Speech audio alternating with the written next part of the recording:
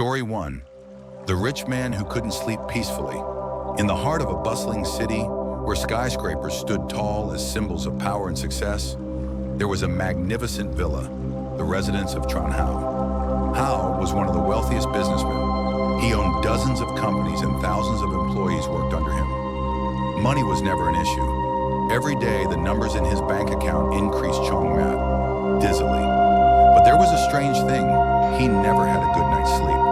Every night, Hao would toss and turn on his large bed, covered with high-end silk pillows.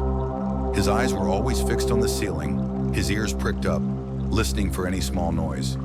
Even the wind blowing through the window or the footsteps of a servant would startle him awake. On the nightstand, a small pistol always lay silently in a wooden box.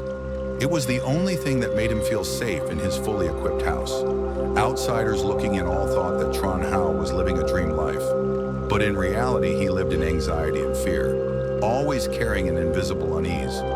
Previously, Tran Hao was also a poor young man. He grew up in an ordinary working-class family where his parents had to save every penny to raise their children. Because of this, Hao soon nurtured the will to get rich. He threw himself into work, working day and night, resorting to any means to climb to the pinnacle of his career. But the price of that success was more expensive than he imagined. Enemies multiplied. Business rivals were always lurking, just waiting for him to make a mistake to overthrow him. Those who were once friends now turned their backs due to jealousy and envy. Even those close to him were no longer trustworthy. In Hao's heart, anyone could be a traitor. His family was no longer the same. Because he was so engrossed in making money, he no longer had time for his wife and children. The wife who had once shared hardships with him had now left because she could not bear a husband who was always stressed and hot-tempered.